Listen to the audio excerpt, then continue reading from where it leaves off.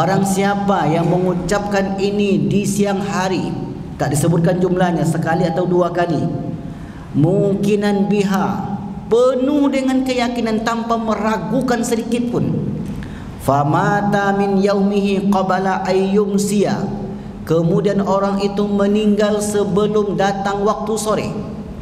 Kebetulan bapak itu ke masjid dia pagi-pagi, kebetulan ibu itu ke masjid pagi-pagi, duduk dari masjid, dia pun baca, Allahumma anta rabbi la ilaha illa anta khalaqtani wa ana abduka wa ana ala ahdika wa wa'dika mastata'tu a'udzubika min syarri ma sana'tu abu'u laka bi ni'matika alayya abu'u bi dzambin faghfirli fa innahu la yaghfiru dzunuba illa anta.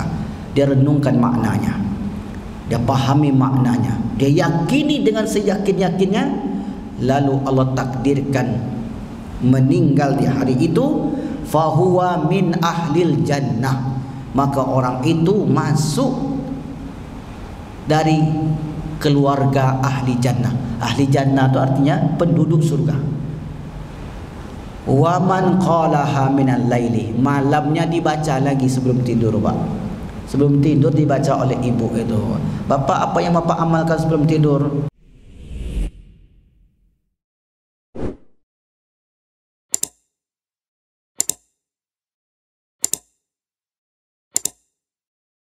Tidak kita pungkiri, mulai kita bangun, tidur sampai kita tidur kembali, pasti kita melakukan kesalahan. Terkadang kesalahan itu kita lakukan dengan sengaja, terkadang tidak. Terkadang kita ketahui, terkadang tidak.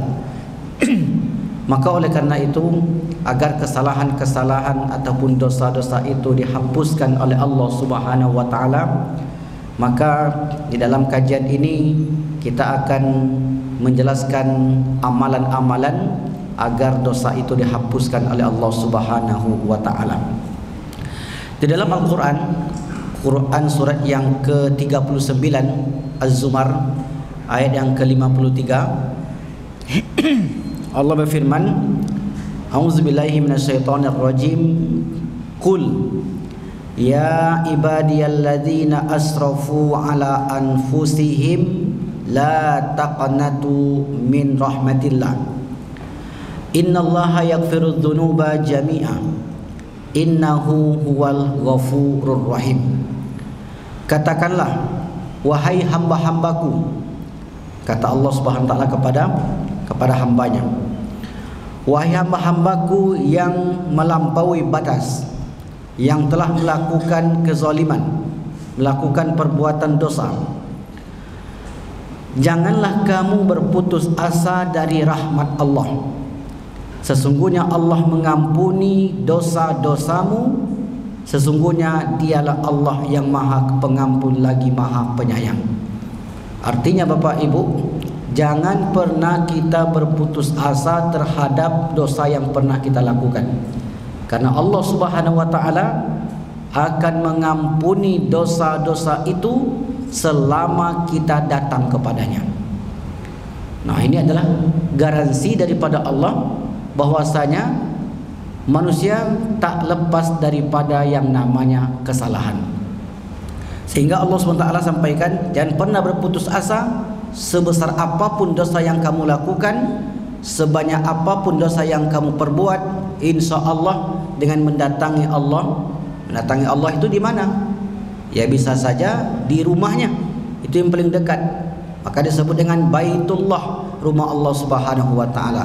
Kita datangi rumahnya dalam rangka untuk memintakan ampun atas kesalahan yang mungkin kita lakukan hari ini.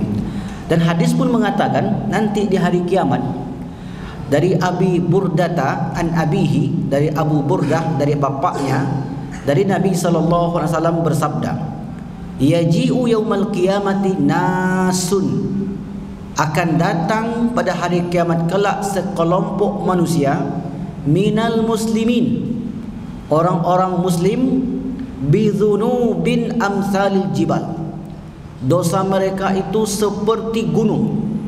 Ini menunjukkan orang muslim tadi banyak kesalahannya. Fayaghfiruhallahu lahum, kemudian Allah ampunkan dosa mereka.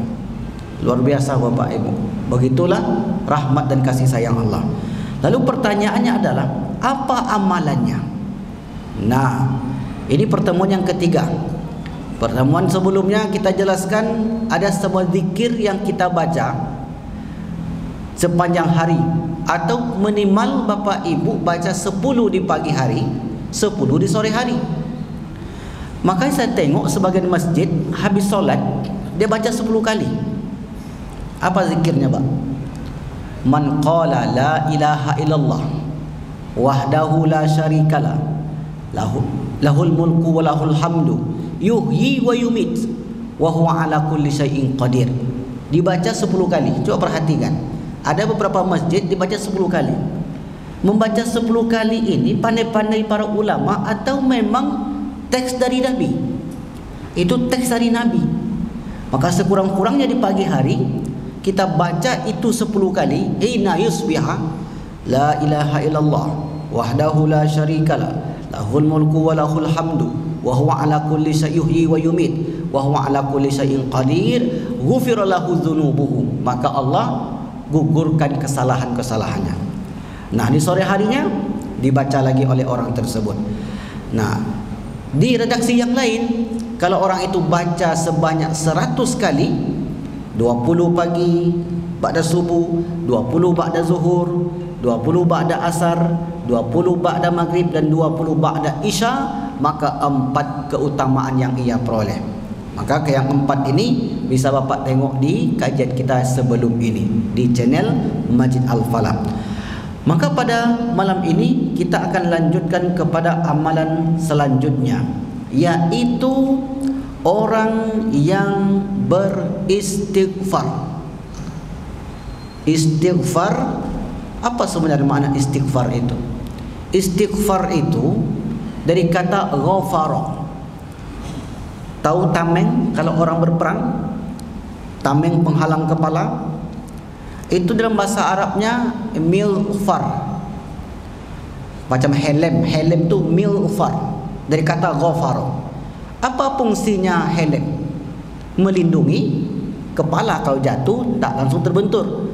Apa fungsinya tameng? Melindungi dari senjata. Maka orang yang beristighfar itu secara tidak langsung dia terlindungi dari kesalahan-kesalahan dan dosa-dosa yang dilakukan hari itu. Ini satu keutamaan. Nanti kita akan bacakan ayat ataupun hadisnya Bapak Ibu. Yang kedua, orang yang beristighfar itu dalam hadis yang sahih riwayat Imam Abu Daud dari Bilal bin Yasar bin Zaid Maula Nabi SAW qala sami'tu abi, aku mendengar bapakku yuhaddithuni, berkata kepadaku, an jaddi, dari kakekku, annahu sami'a, aku dengar kakekku itu dia dengar dari Rasulullah SAW, man qala, siapa yang mengucapkan astaghfirullahal azim alladzi la ilaha illa huwal hayyul qayyum wa atubu ilaihi ghufira lahu, diampunkan dosanya. Coba perhatikan Bapak Ibu, selama ini mungkin motivasi kita kalau kita berzikir, kalau kita mengucapkan kalimat thayyibah, yang terbayang selama ini adalah mendapatkan pahala. Itu betul, pahala kita peroleh. Akan tetapi ketika kita banyak berzikir, kata Rasulullah, ghufira lahu dzunubuhu, diampunkan dosa-dosanya, wa in kana qad farra minaz zahfi, meskipun orang itu lari daripada medan perang. Orang yang lari dari medan perang, berhadapan dengan musuh, lari dia dari situ, itu termasuk dosa besar. Kata Rasulullah, as-sab'u al-mubiqat, 7 yang membinasakan. Salah satunya adalah zahfu, lari daripada perang. Tetapi ternyata Bapak Ibu, ketika orang itu melazimkan istighfar, maka Allah Subhanahu wa taala menghapuskan dosa sebesar itu. Tentu dosa yang kita maksud di sini seperti kajian yang pertama dahulu, bukan hutang piutang. Kalau hutang piutang dengan kawan, anak bisa. Itu harus dibayar tuh, Pak. Maksud kita ini adalah yang berkaitan dengan Allah, mungkin disengaja ataupun tak sengaja, yang tidak ada kaitan dengan hubungan manusia, maka bisa dilunasi dengan amalan-amalan yang kita sampaikan tadi. Apa sebenarnya keutamaan lain daripada istighfar ini, Ustaz? Oke, baik. Kita ambil dulu teks-teks hadis yang menjelaskan keutamaan istighfar dan lafaz-lafaz istighfar. Ada satu hadis, dan hadis ini dicantumkan di dalam surat-surat Yasin. Biasa kita baca 3 kali, Pak. Riwayat Imam Al-Hakim. Siapa yang mengucapkan astaghfirullahalazim allazi la ilaha illa huwal hayyul qayyum wa atubu ilaih salasan, 3 kali, ghufirat lahu dzunubuhu, maka Allah ampunkan dosa-dosanya. Jadi ketika orang bertanya nanti, Bapak baca Yasin, kenapa Bapak istighfar 3 kali? Ini tulisannya, Ustaz, ada di dalam buku surat Yasin. Ada enggak dalilnya? Sebenarnya itu Bapak Ibu adalah dalil dari Nabi SAW. Orang yang membaca apa saja sebelum dia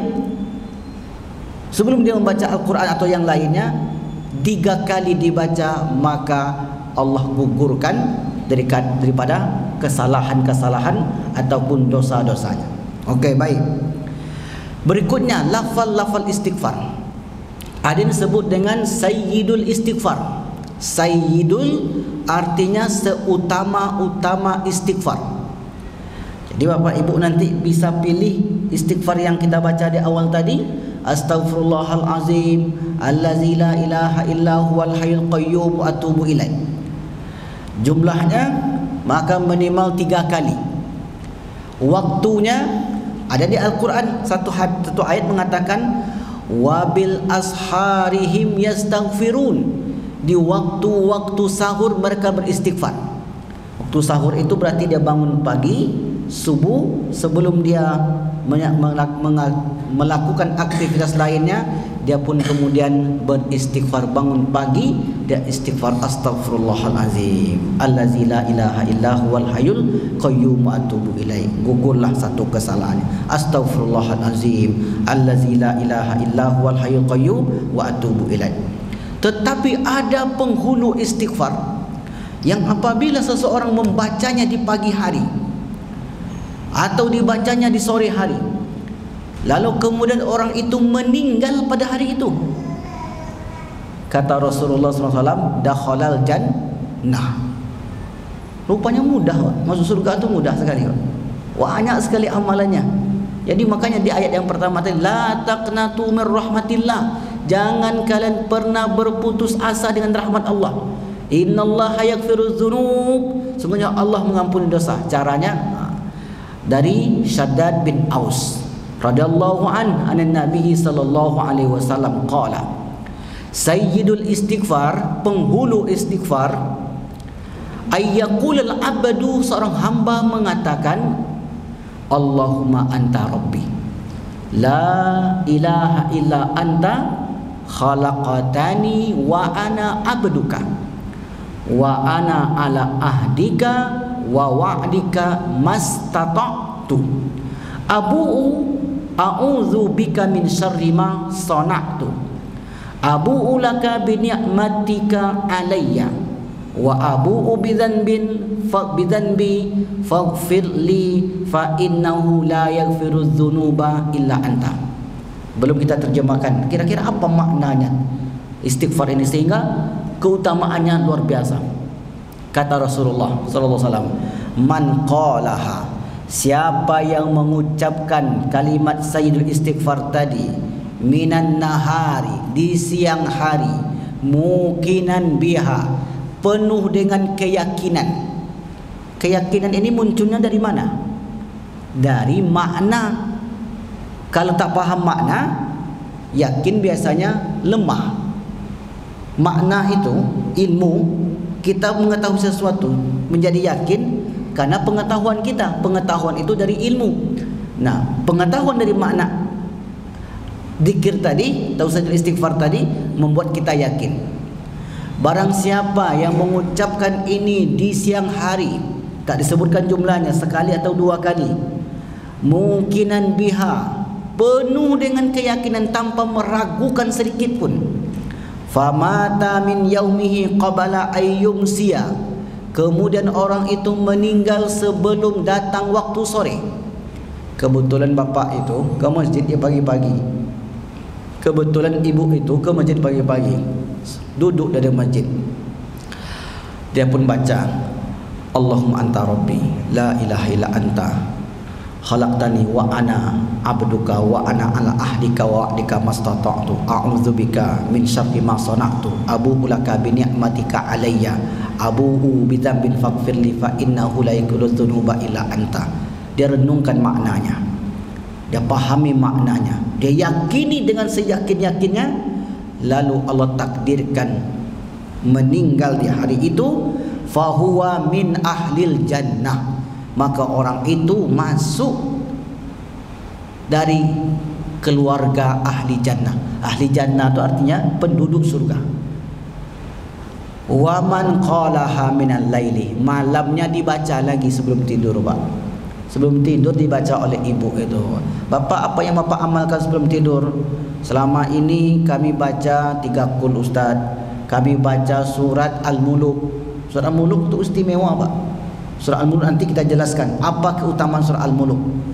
Surah Al-Muluk. Kemudian dia pun baca surat Sajadah, Hamim Sajadah, dan ada satu doa, Allahumma aslamtu wajhi ilaika wa fawwadtu amri ilaika wa alja'tu zahri ilaika raghbatan wa rahbatan ilaika la malja'a wa la manja minka illa ilaika Allahumma amantu bi kitabika allazi anzalta wa bi nabika allazi arsalta. Dibaca oleh orang itu sebelum tidur. Kata Nabi, fa in mutta min lailatika, seandainya engkau meninggal pada malam itu, meninggal dalam keadaan tertidur, fa anta alal fitrah, engkau meninggal dalam keadaan suci. Bisa kita meninggal dalam keadaan tidur? Bisa sekali. Ayah saya, bapak ibu, di malam Jumat, saya masih nelpon itu di hari Rabu malamnya, malam Jumat subuhnya dibangunkan ibu saya, sudah innalillah, meninggal dalam keadaan tidur. Beberapa hari yang lalu orang kampung saya meninggal juga dalam keadaan tidur, banyak. Nah, kan gak ada jaminan kita bangun besok, gak ada jaminan. Makanya tidur itu disebut akhul maut, saudaranya kematian. Itu sebabnya bangun dari tidur, salah satu doanya, amalannya, alhamdulillahilladzi ahyana ba'dama amatana wa ilaihin nusur. Segala puji bagi Allah yang telah menghidupkan kami setelah mematikan kami. Jadi nanti malam kita mati ini, Pak. Ada jaminan besok kita bangun? Enggak ada jaminan. Tapi malam itu sudah kita ikat, sudah kita kawal tidur kita dengan istighfar. Wa man qalaha minal laili, siapa yang mengucapkan kalimat yang tadi, sayyidul istighfar, wa huwa muqinun biha, penuh dengan keyakinan, famata qabla ayyusbiha, meninggal sebelum datang waktu subuh, fahuwa min ahlil jannah, orang itu pun termasuk ke dalam penghuni surga. Allahu akbar. Lapang hati kita, Pak, insyaallah, Ustaz. Jadi saya yakin banyak di antara jemaah kita ini penghuni surga, banyak, Pak. Ya, insyaallah banyak, Pak. Ya. Enggak perlu jadi penghuni surga itu harus profesor dulu, enggak. Enggak mesti penghuni surga itu orang kaya, enggak. Kalau orang kaya penghuni surga tuh, Pak, dengan sedekahnya itu, gimana awak yang bansek-bansek kok? Tak bisa bersedekah macam orang lain. Kalau almarhum Pak Dedi, luar biasa, Pak. Dulu sebelum beliau meninggal, sedekahnya ini, orang kaya, banyak amalnya. Kita, bukan kita, saya lah, kalau bapak mungkin tak kan. Kalau ibu banyak pitinya. Kalau yang miskin-miskin macam mana? Bisa tak seperti penghuni surga juga? Dibuatkan oleh Nabi amalan bagaimana orang itu juga sama nanti di akhirat di penghuni surga. Tadi disebutkan dalam teks ini mungkinun atau mungkinan biha, penuh keyakinan. Apa sih maknanya, Ustaz, sehingga dahsyat sekali sayyidul istighfar itu? Allahumma ya Allah, anta, engkau adalah Rabbi, Tuhanku. La ilah, tidak ada Tuhan kecuali engkau. Khalaqatani, engkau telah menciptakan aku. Wa ana abduka, sementara aku ini adalah hambamu. Kalimat yang pertama ini atau potongan paragraf ini itu menunjukkan kita betapa rendahnya di hadapan Allah Subhanahu wa taala. Engkau Tuhanmu ya Allah. Engkau lah menciptakan aku ini. Aku ini hambamu. Wa ana ala ahdika, dan saya ini berada di dalam perjanjian denganmu. Janji apa, Pak? Kok bisa ada janji kita dengan Allah? Kapan sebenarnya kita berjanji? Maka saya tengoklah tafsirnya atau penjelasan ulama tentang wa ala wahdika. Jadi ada yang menjelaskan janji yang dimaksud di situ adalah dulu ketika di alam roh. Alam kan ada 5 kan? Dalam pengajian kita seri perjalanan akhirat, alam arwah, alam rahim, alam dunia, alam barzakh, alam akhirat. Sekarang kita di alam yang ketiga. Sebentar lagi saya, Bapak Ibu akan nyusul ke alam yang keempat, alam barzakh. Setelah itu alam akhirat. Nah, di alam arwah ini dulu di sana kita sudah pernah mengikrarkan janji. Wa id akhadha rabbuka min bani adama min zuhurihim dzurriyyatahum wa ashhadahum ala anfusihim. Saat itu kita bersaksi di hadapan Allah, bukankah aku ini Tuhan kalian? Kata Allah kepada arwah kala itu, bala, benar ya Allah, engkau adalah Tuhan kami, engkau adalah Tuhan kami. Syahidna, kata para ulama, itu adalah ikrar ketauhidan kepada Allah. Ini maksud janji itu. Maka di alam rahim diperbarui lagi janji itu. Ya Allah, bikasbi rizkihi wa ajal, kalau aku nanti ke dunia ya Allah, aku akan penuhi janji itu. Nah, makna dalam teks Sayyidul Istighfar ini Bapak Ibu, wa ana ala ahdika, aku berada di dalam janji perjanjian denganmu.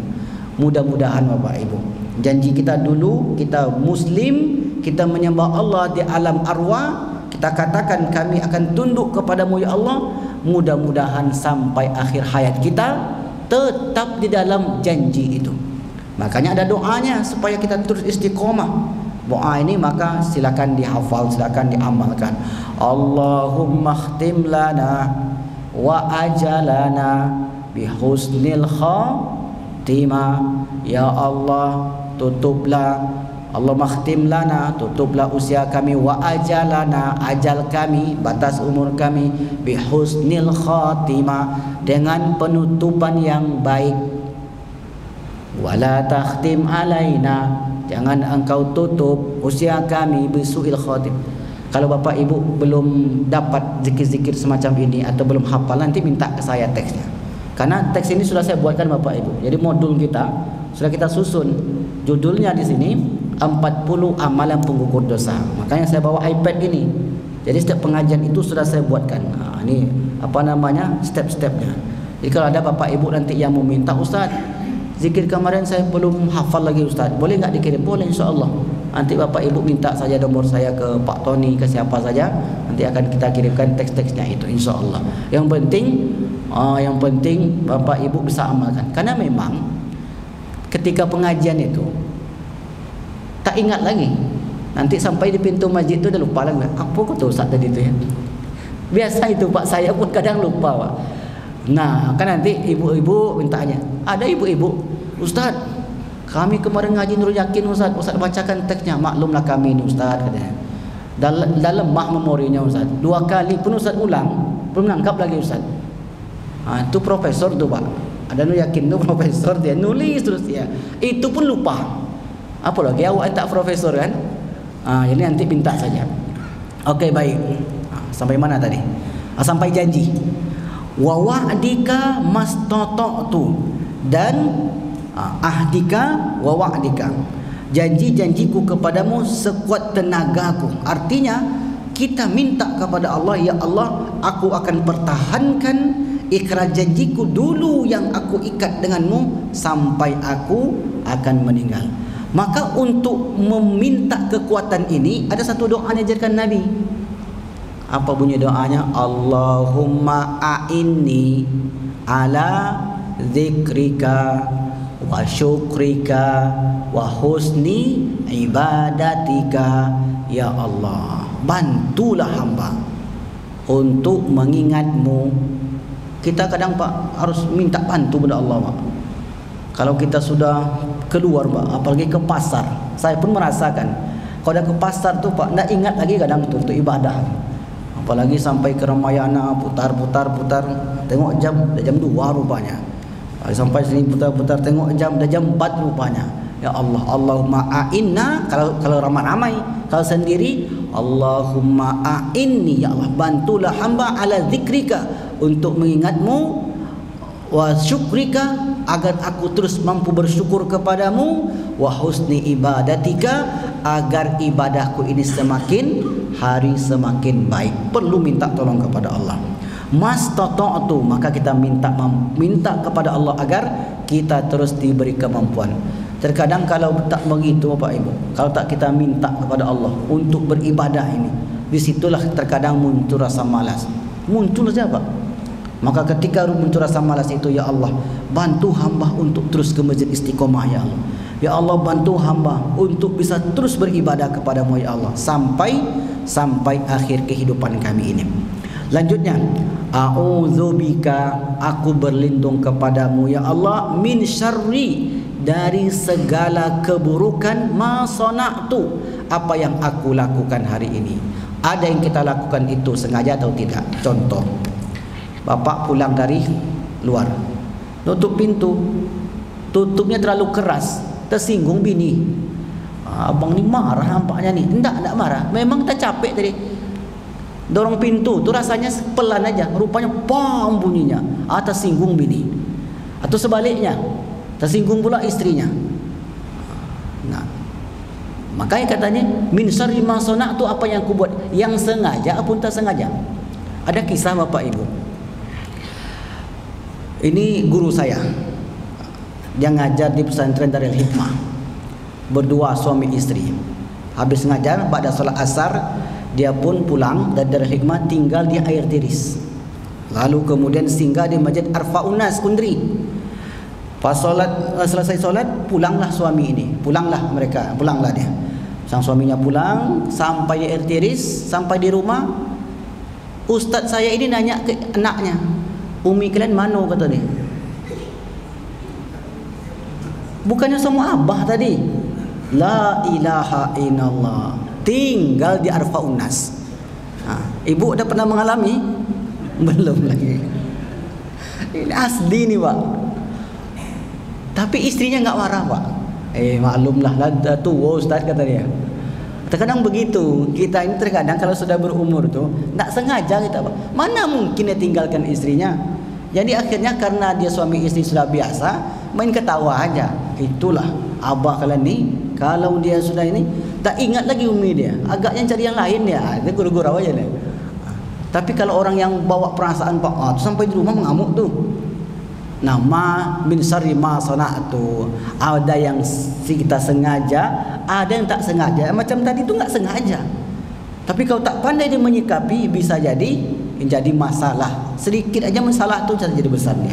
Nah, kita minta kepada Allah, a'udzubika min syarri ma sana'tu, abu'u laka bi ni'matika alayya, dan aku mengakui juga atas dosa yang pernah aku buat. Jadi ini betul-betul penghambaan yang luar biasa di hadapan Allah Subhanahu wa taala.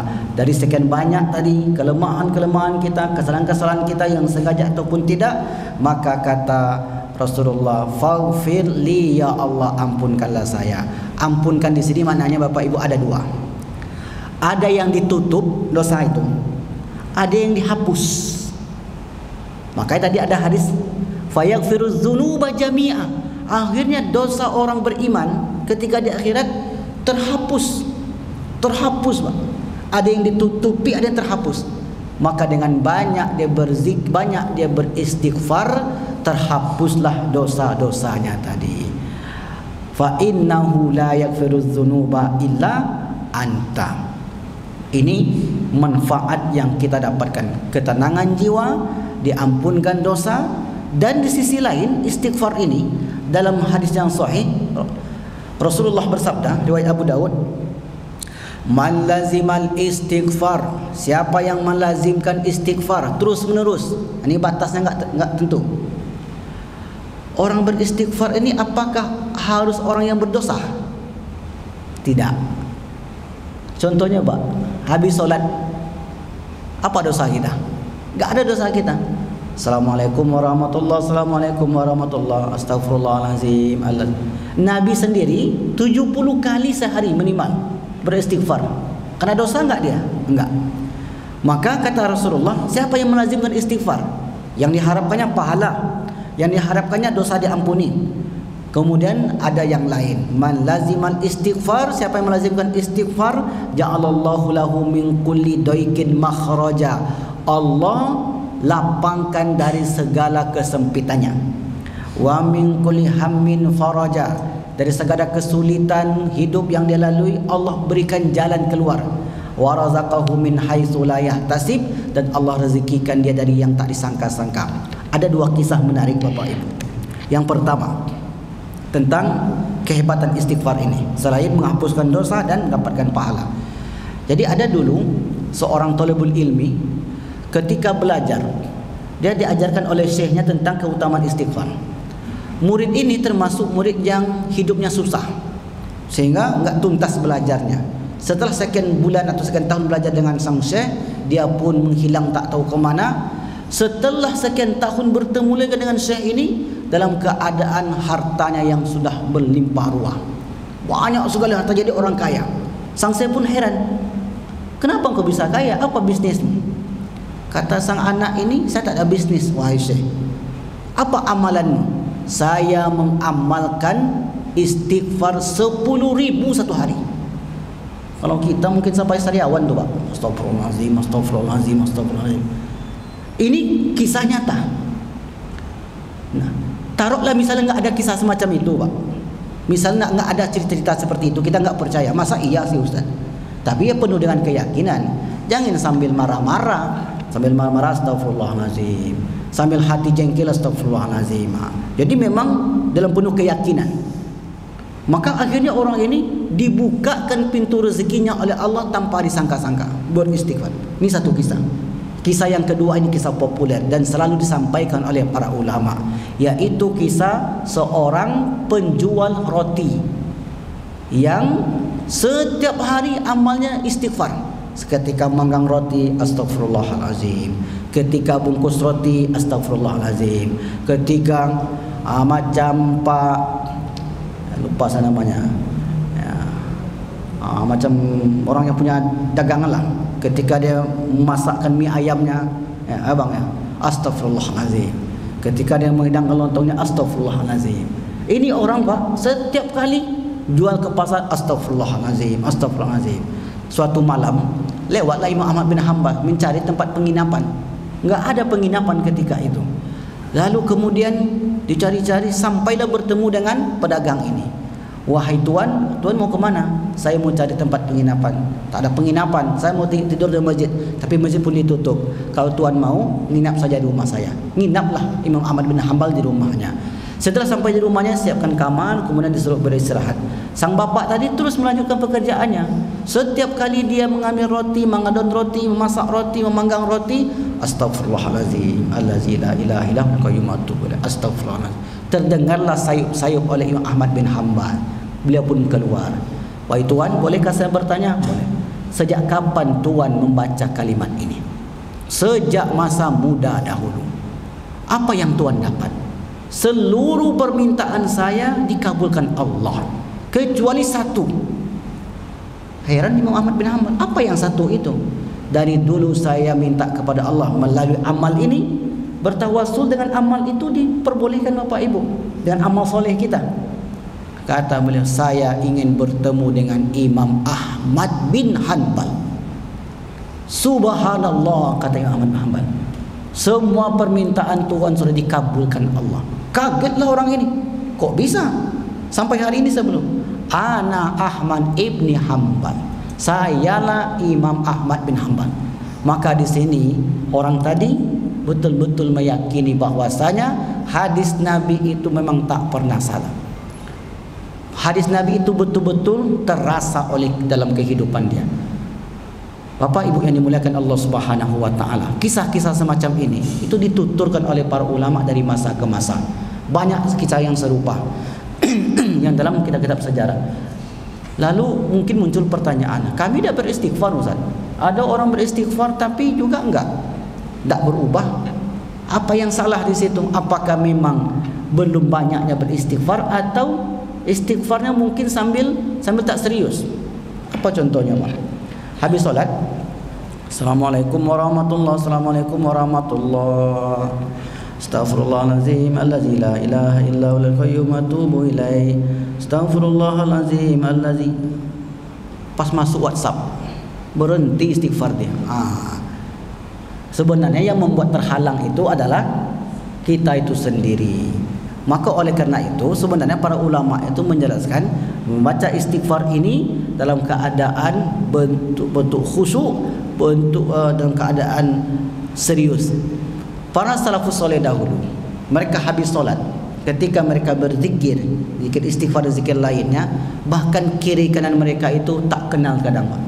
Sampai ada satu kisah, duduklah salah seorang ulama salafus soleh, kemudian datanglah kawannya, duduk di samping ingin bersalaman, tak direspon oleh kawan sebelah ini. Dalam hati dia, kenapa dia tak mau respon saya? Dianggapnya perbuatan itu perbuatan sombong, tak mau lagi berteman dengan dia. Padahal saat itu setelah ditanya, saya sedang fokus kepada Rabb saya, kepada Tuhan saya, karena meminta sesuatu yang agung kepadanya. Artinya apa? Ketika kita berzikir itu butuh keseriusan. Itu sebenarnya. Kalau kita main-main, kalau kita tak setengah hati misalnya, sambil mikir ini itu, bisa jadi itulah menjadi penyebab terlambatnya permintaan-permintaan kita dikabulkan oleh Allah Subhanahu wa taala. Baik, ada sedikit satu. Baik. Habis waktunya. Nah, istighfar ini amalan Nabi Adam. Nanti kita bacakan hadisnya pertemuan yang akan datang. Istighfar itu amalan Nabi Nuh. Istighfar amalan Nabi Ibrahim, Nabi Musa, Nabi Daud, Nabi Sulaiman, Nabi Muhammad. Lengkap dengan dalilnya dari Al-Quran ataupun hadis Nabi SAW. Baik Bapak Ibu yang dimuliakan Allah SWT, mudah-mudahan pengajian yang singkat dan padat ini dapat kita ambil pelajaran. Jadi Sayyidul Istighfar itu baca di pagi setelah kita bangun dan baca sebelum tidur. Andai Allah panggil kita, maka kita sudah bersiap-siap. Fa'tabiru ya ulil absar la'allakum turhamun. Subhanakallahumma bihamdika asyhadu an la ilaha illa anta astaghfiruka wa atubu ilaik. Walafu minkum wassalamu alaikum warahmatullahi wabarakatuh.